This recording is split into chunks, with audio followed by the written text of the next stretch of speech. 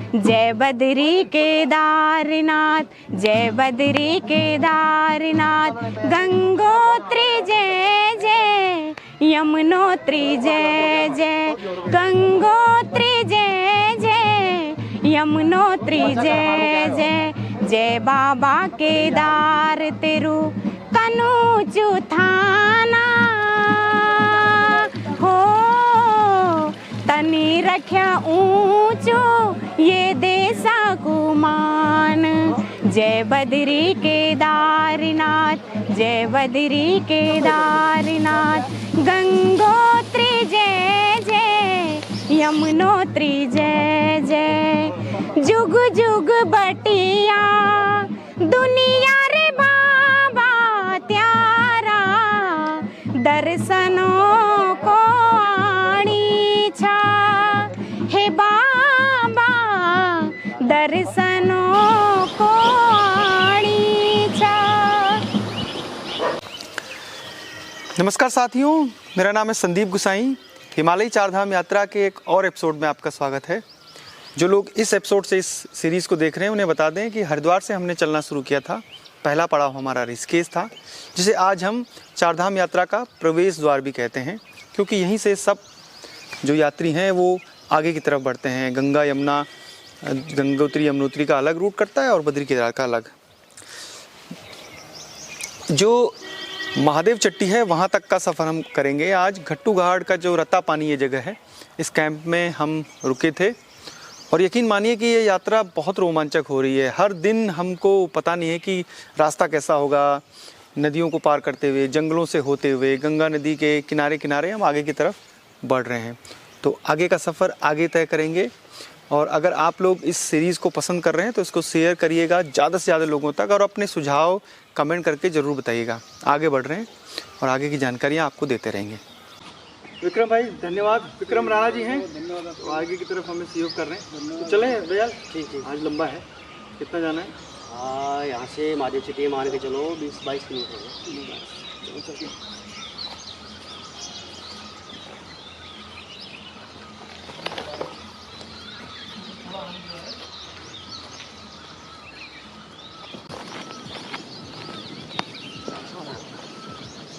उत्तराखंड में बहुत सी सदानीरा नदियां हैं जिनका उद्गम ग्लेशियर से नहीं होता है।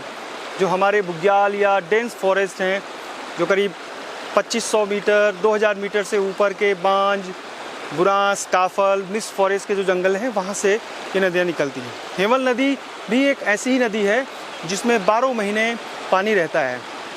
और उत्तराखंड में उन घाटियों में ज़्यादा संस्कृति या बसासत ज़्यादा हुई जो बड़ी नदियाँ नहीं थी, जैसे पूर्वी नयार, पश्चिमी नयार, रामगंगा, कमल नदी उत्तरकाशी में, कोसी नदी अल्मोड़ा में। ये वो नदियाँ हैं जिनमें पानी बहुत ज़्यादा नहीं होता है। बरसात में तो बाढ़ आती हैं, बहुत ज़्यादा पानी रहता है, लेकिन इन्हीं घाटियों में संस्कृति ज़्यादा जो पल्लवित है और आगे धीरे धीरे बढ़ी। और इन नदियों के किनारे जो खेती बाड़ी है वो भी की जा सकती है। सेरे हैं, सिंचाई की नहरें हैं। तो जो पुराने लोग थे जो बसे होंगे उत्तराखंड में, उन्होंने ये देखा कि कौन सी नदियां हैं जिनके किनारे या जिनकी तलहटी में बसने लायक जगह है और जहां ज़्यादा भीषण जो है वो नदियां अपना विकराल रूप नहीं दिखाती हैं। ऐसी है हमारी ये हेमल नदी। और इस नदी के किनारे किनारे आप जैसे ही आगे बढ़ते रहेंगे तो बहुत सारे गाँव, सेरे, खेती बाड़ी है। 2013-14 में भी इस नदी में बहुत बाढ़ आई थी और यहाँ जितने भी सेरे थे सब तबाह हो गए थे, इस पूरे इलाके में जहाँ पर हमें घट्टू घाट वाले इलाके में।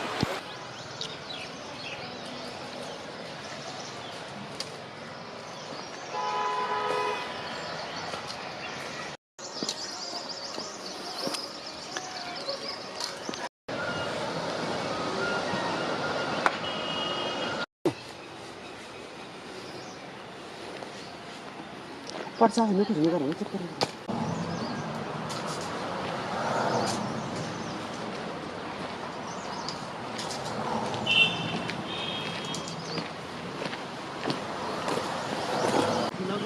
साल पहले यानी कि 2013 के बाद इनकी संख्या।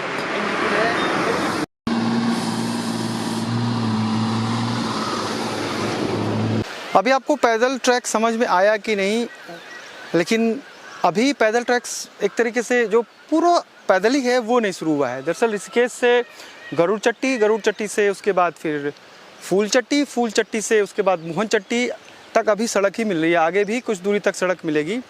दरअसल यही पुराना पैदल मार्ग है जिस पर अब सड़क बन गई है। 1980 के दशक में ये सड़क पहले कच्ची थी, उसके बाद फिर ये बाद में पक्की हुई और ये सड़क जो है फिर सिलोगी होते हुए वो फिर दुगड्डा मिल जाती है आगे पौड़ी गढ़वाल, ये पौड़ी जिला ही है।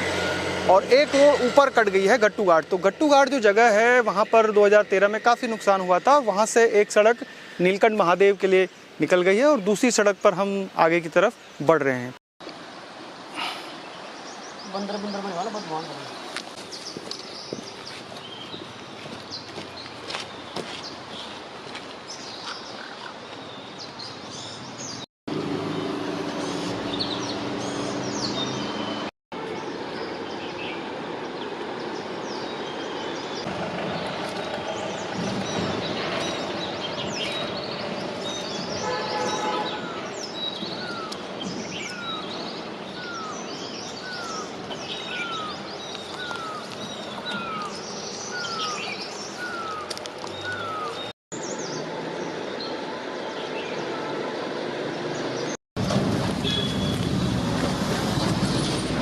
डंपर को ओवरलोड जाना वाला बोला पूरे को पड़वा दे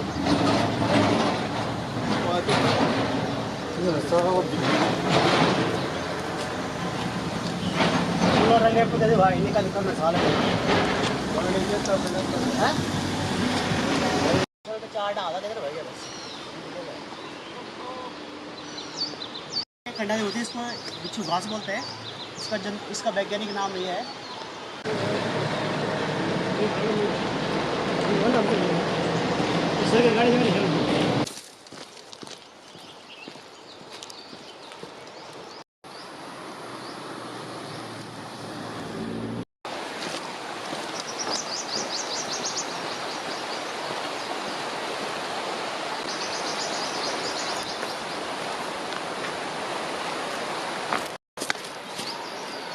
जगह लकड़ी है वो, लकड़ी चाहिए।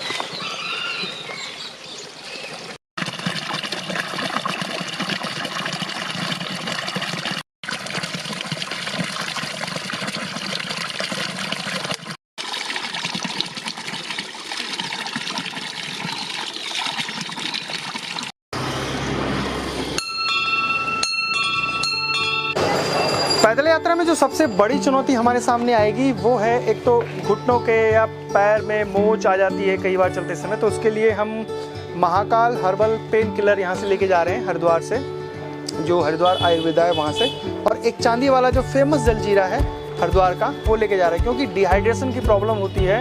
तो जहाँ पर भी हमें मौका मिलेगा, लगेगा कि गर्मी है रास्ते में चलते हुए दोपहर के बाद या जब धूप रहती है, और ख़ास तौर पे जो नीचे वाले इलाके हैं नदियों के किनारे, वहाँ उमस और भी ज़्यादा हो जाती है। तो ऐसे में ये जलजीरा हमारे लिए किसी रामबाण से कम नहीं होगा। ये जो नदी में जो मलबा जो 13 पीस तो एक बात नहीं पिछले साल किया या हेमल नदी को उद्गम तक बड़े जो चलो सैन बोली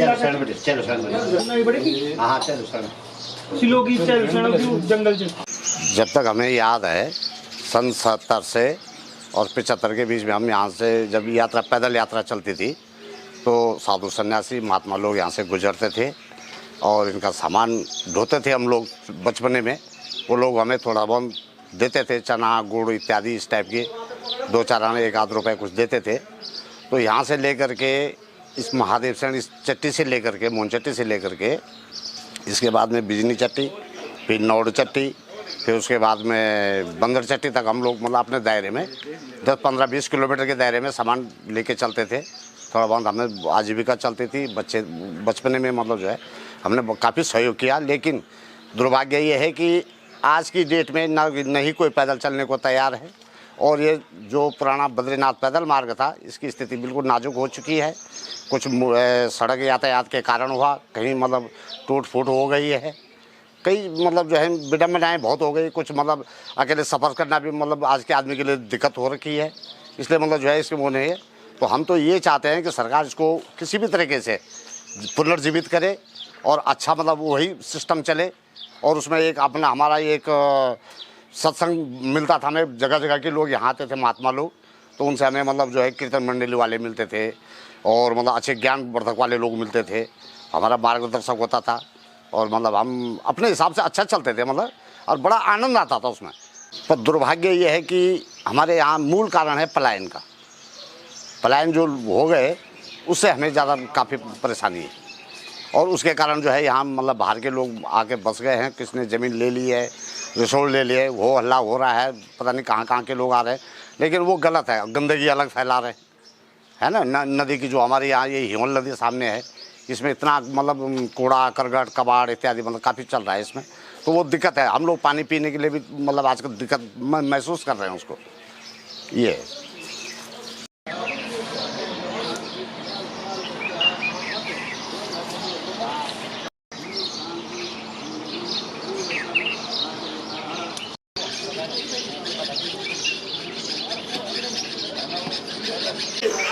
आप मोहन चट्टी में हैं। मोहन चट्टी एक खूबसूरत चट्टी है हेमल नदी के किनारे। महादेव सेन इस जगह का नाम है और ये जोगियाना जो गांव है उसकी है। अब इस धर्मशाला जो काली कमली ट्रस्ट ने बनाई थी, ये 1927 को बनाई गई थी और 13/6/1927 को बाबा काली कमली वाले पंचायत क्षेत्र को ये दिया गया था। 30 नाली ज़मीन है स्वामी रामगिरी जी ने जो ये जगह दी थी महादेव सैंड में। और अब सोचिए आप कि इस तरीके से कई और धर्मशालाएं हैं जो जीर्ण शीर्ण हैं और ठीक पीछे मंदिर भी है, काली कमली ने बनाया था, वहाँ पर गरुड़ भगवान की मूर्ति थी, अब वो नहीं है। तो स्थानीय लोग भी चाहते हैं कि उनके पूर्वजों ने ये ज़मीन दान में दी थी और फिर से उसी तरीके की चहल पहल इस जगह पर हो, मंदिर और धर्मशालाओं में रहने लायक उनको फिर से किया जा सके। यानी इस रास्ते अगर साधु महात्मा या जो तीर्थयात्री जब पैदल आएँ तो इन जगहों पर रुक सकें और पुराना जो महत्व था चट्टियों का वो फिर से लौट कर पुनर्जीवित हो सके या लौट कर आए।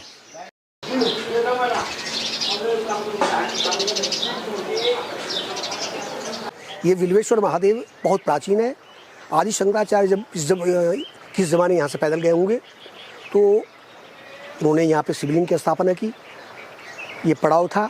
उस ज़माने की चट्टियों के हिसाब से इस स्थान का नाम बैरांगना चट्टी लिखा हुआ है पुराने कागजातों में, लेकिन अब ये नाम बदल चुका है। अब ये मोहन चट्टी महादेव सेन प्राचीन नाम है, लेकिन पुराना नाम बैरांगना है। सामने जो गांव बैरागढ़ दिखाई दे रहा है, ये गांव इसी नाम से है। ये जोगियाना है और 2 पट्टी के बीच हम चल रहे हैं। ये हिमल नदी हमारी बह रही है। नहीं, मेरी उम्र इस समय 60 साल हो गई है। मुझे अच्छा अनुभव है।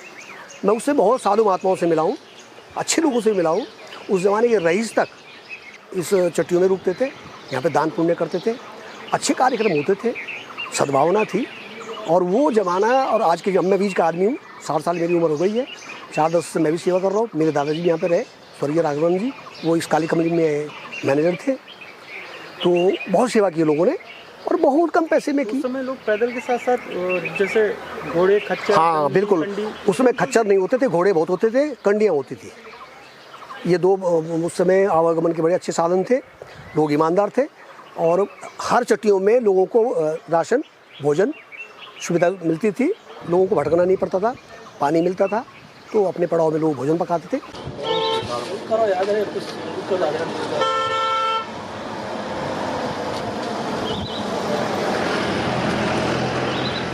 यहाँ सबसे पुरानी दुकान कौन सी है? यही ये वाली। यहाँ पर काली कमले का धर्मशाला, वो सामने यहाँ पर नीचे काली कमले का धर्मशाला चट्टी है, नीचे काली कमले है। क्या नाम से वीडियो बना, नोट खाल चट्टी है। यहाँ पर नीचे काली कमले का वो दिखा देगा। मतलब अभी ठीक अवस्था में हो, अवस्था में क्या जीर्ण शीर्ण हो रखा है, आप वीडियो बना दो उसका। बल्कि मस्जिद में करेगा हम लोग। अच्छा, इसका भी कर देना ना। पहले ये तो मेन है, चढ़ाई चढ़ने के बाद यही आदमी है। पहले यही था माला कुंटी से जो लोग आते थे, पहले यहाँ रुकते थे, जाके वहाँ बंदा चट्टी वही मारो। इधर है ये छोटा सा इधर।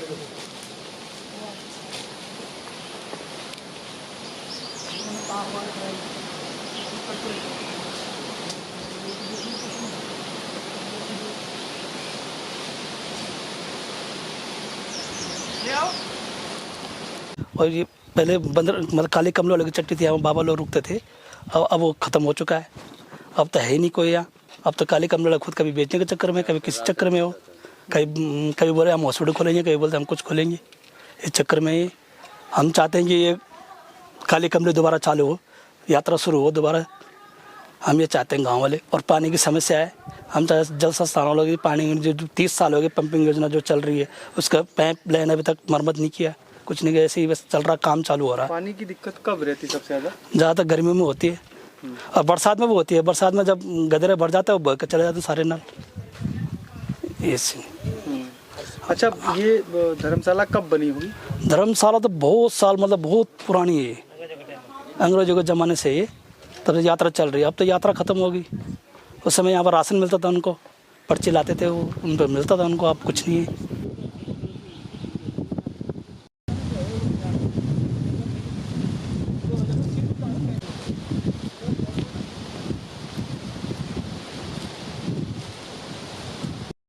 उत्तराखंड की जमीन को कोई हाथ नहीं लगाएगा और जो बेचेगा उसके लिए 5 साल की। अब मैं आपको सीट से बताता हूँ तो मोनचट्टी से कई गांव हैं।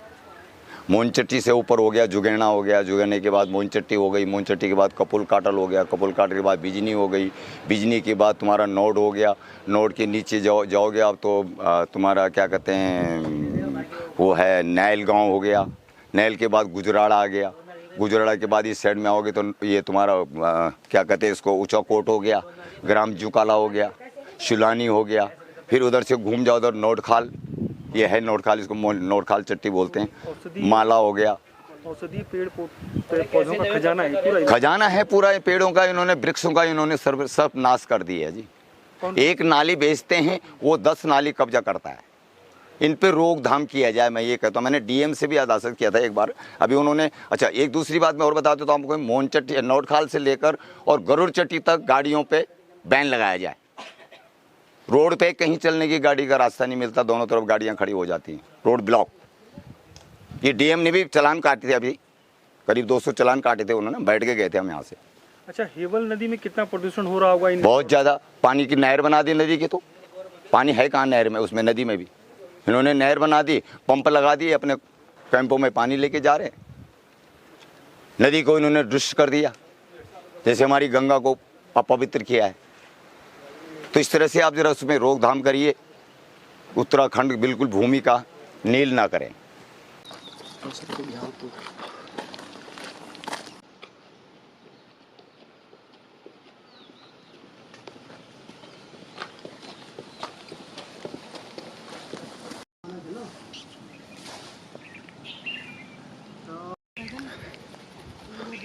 नोटखाल नाम विस्तार सिंह डालिए। जब हम मोहनचट्टी से ऊपर बढ़ते हैं तो हमें नौड़खाल जगह मिलती है। नौड़खाल समुद्र तल से 1050 मीटर की ऊंचाई पर स्थित है और इस जगह से हेमल घाटी और गंगा घाटी दोनों घाटियों के दर्शन होते हैं। दरअसल नौड़खाल वो जगह है जहां से ये NH यानी जो ऋषिकेश सिलोगी मोटर मार्ग जो नेशनल हाईवे है, जो लैंसडाउन और फिर सीधे नैनी डांडा से होते हुए कुमाऊं को जोड़ता है यानी रामनगर को जोड़ता है, वहाँ से एक पुरानी सड़क है, कच्ची सड़क, इससे होते हुए हम जाएंगे। इस पूरे पैदल मार्ग को खोज भी रहे हम, हमें भी कई जगह समझ नहीं आ रहा है कि कहाँ पर पुराना पैदल मार्ग है, क्योंकि जंगल लोगों ने चलना छोड़ दिया, तो वो जो पैदल मार्ग थे वो एक तरीके से गुम हो गए हैं, वहाँ झाड़ियाँ और पेड़ उगाए हैं। तो नौड़खाल से करीब 6-6.5 किलोमीटर की दूरी तय करके हम अगली जो चट्टी है वहाँ पहुँचेंगे। इस रास्ते से आगे आपको और जानकारियाँ देते हैं। नौड़खाल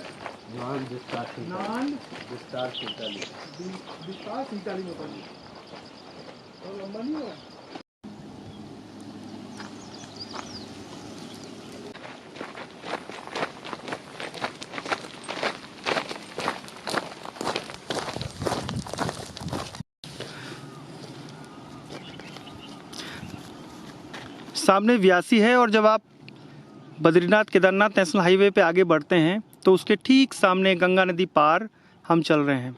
तो गाड़ी से सामने की जो पहाड़ी है उसको निहारते रहिए और देखते रहिए कि पैदल पुराना मार्ग कैसा है। मानो रास्ता चीज तक पहुंच हाँ चाहिए बैठिए जल्दी हाँ ना हाँ बैठ जा आ जा जा बात बता हमने हाँ ना बता आदमी साथ अब थोड़े दाने ना बात दाने वो चाहिए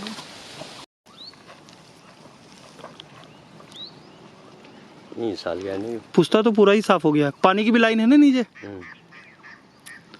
डालना पड़ेगा पुस्ता ये। वो लाइट जम के पकड़े और तो ले लिए शॉर्ट रास्ता मम्मी ने नाम तो दिखाया नहीं क्या गुड़ी रुक जा नमो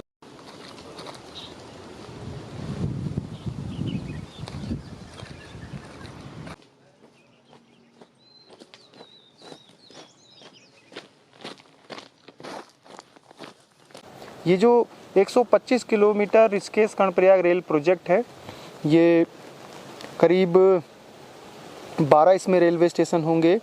17 टनल बन रही है इसमें, जिसमें से 8 टनल अभी तक काम पूरा हो चुका है, यानी अभी तक केवल 40% काम हुआ है और अभी भी करीब 60% काम होना बाकी रह गया है।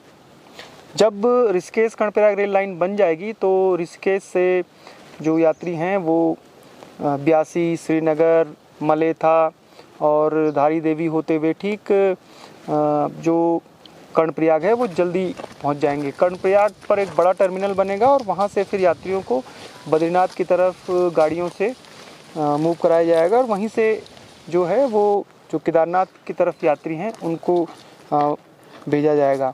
ये जो रेल प्रोजेक्ट है ये हमारी सामरिक दृष्टि से जो हमारी सरहदें हैं उनके लिए बहुत महत्वपूर्ण है, लेकिन इसके पर्यावरणीय पहलुओं पर भी लगातार जो पर्यावरणविद हैं वो गंभीर सवाल समय समय पर खड़े करते आए हैं, क्योंकि हिमालय का जो बाहर का इलाका यानी बाहरी जो क्षेत्र है जिसको हम शिवालिक या भाबर कहते हैं वो बिल्कुल दलदली और अंदर से पूरा टूटा हुआ है और सबसे ज़्यादा जो लैंडस्लाइड की घटनाएं होती हैं बरसात में वो इन्हीं इलाकों में होती हैं। यानी जो गंगा की धारा है ऋषिकेश से शिवपुरी, ब्यासी, कोड़ियाला फिर आगे इन इलाकों में बहुत कमज़ोर है पहाड़। पकड़ नहीं बन रही ना।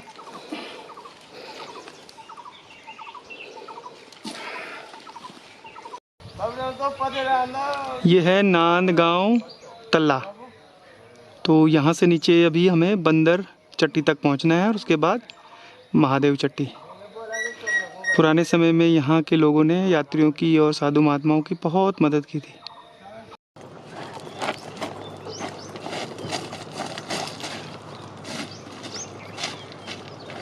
मिला के देता हूँ। आप बोल दो ना आपकी जोड़ो से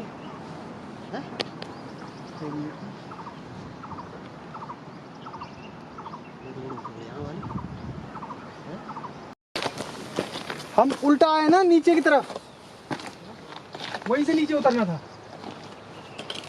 चढ़ाई चढ़ो ऊपर की तरफ, उतरने के बाद चढ़ने में बहुत दिक्कत होती है।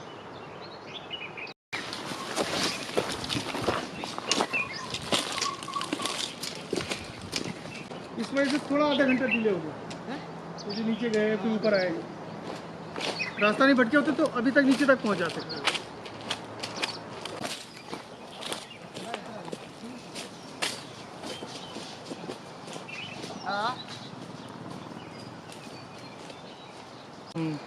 यहाँ पर इस जगह पर 4 रास्ते निकल गए, तो एक नीचे एक ऊपर, एक जिधर से हम आए एक उधर नीचे की तरफ। उबरी जाना पड़ना कोई वाला उबनी जाना पड़ा आवा डाला ताल जान इन हाथों क्रॉस लगे इन नहीं जान बोल।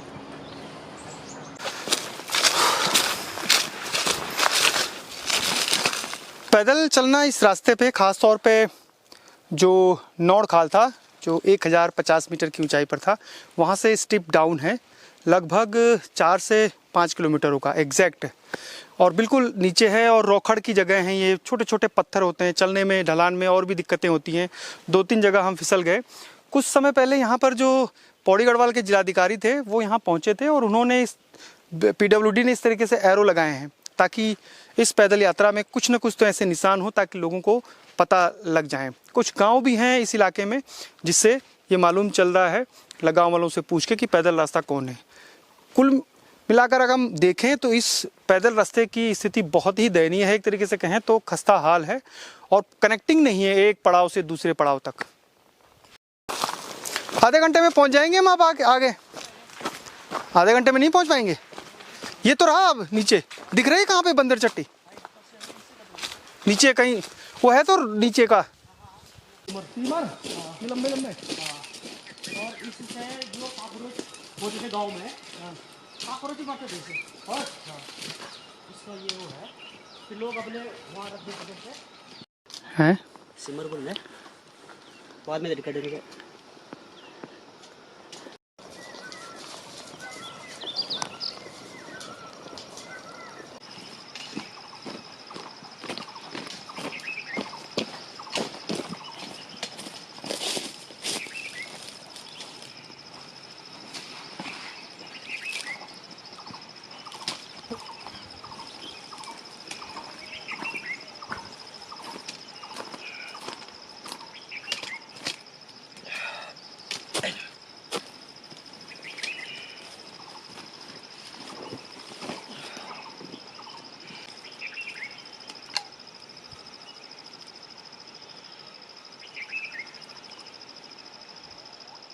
थोड़ा तुम थोड़ा मेरे को दिखाना।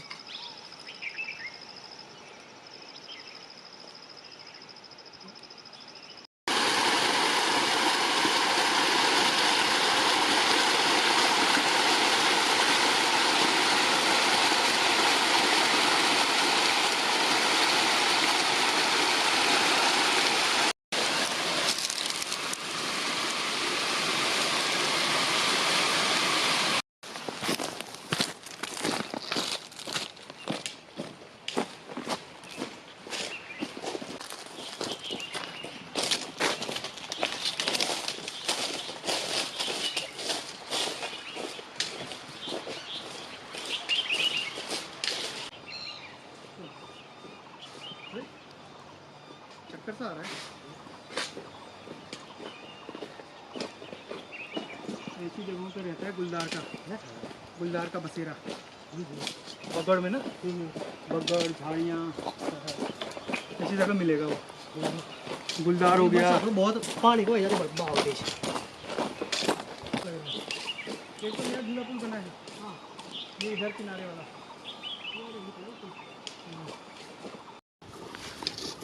भाई का पैसे का निकल रहा है तुम लोग। हिमालयी चारधाम यात्रा जो पैदल हमारी चल रही है, उसके अगले पड़ाव में आप हमारे साथ पहुंच चुके हैं बंदर चट्टी। बंदर चट्टी मोहन चट्टी से आगे पड़ती है, और जब हमने रता पानी से अपना सफ़र शुरू किया था तो यहाँ तक जिस जगह पर हम पहुँचे हैं लगभग 15-16 किलोमीटर की दूरी पर है। हमें इससे आगे महादेव चट्टी तक जाना था, लेकिन अंधेरा हो चुका है, तो इसलिए हम अपना पड़ाव इसी बंदर चट्टी पर स्थित एक आश्रम में, जहाँ बाबा जी रहते हैं, उनके यहाँ बिता रहे हैं। नीचे कल माँ गंगा नदी की जो नदी है, लहरें हैं, उनकी आवाज़ सुनाई दे रही है। और आज का सफ़र काफ़ी थका देने वाला था। पहले तो नौड़खाल की हल्की सी चढ़ाई थी, उसके बाद फिर ढलान था, और ढलान ऐसे कि पैर जो है वो जो छोटे छोटे पत्थरों के टुकड़े होते हैं, जिसे हम गढ़वाली में बगड़ कहते हैं, वहाँ बहुत सारी दिक्कतें आई। तो फ़िलहाल इस यात्रा में आप बने रहिए, देखते रहिए। अगर आप रूरल टेल्स को सपोर्ट करना चाहते हैं तो हम हर वीडियो के डिस्क्रिप्शन में अपनी डिटेल डाल रहे हैं, आप हमें फाइनेंशियल सपोर्ट कर सकते हैं, ताकि हमारा सफ़र ऐसे ही चलता रहे और आपके लिए हम आध्यात्मिक, धार्मिक और ऐतिहासिक यात्राओं का कलेवर लाते रहें। संदीप गुसाई को इजाज़त दीजिए। रूरल टेल्स का सफ़र आगे भी जारी रहेगा। जय नंदा, जय हिमाल।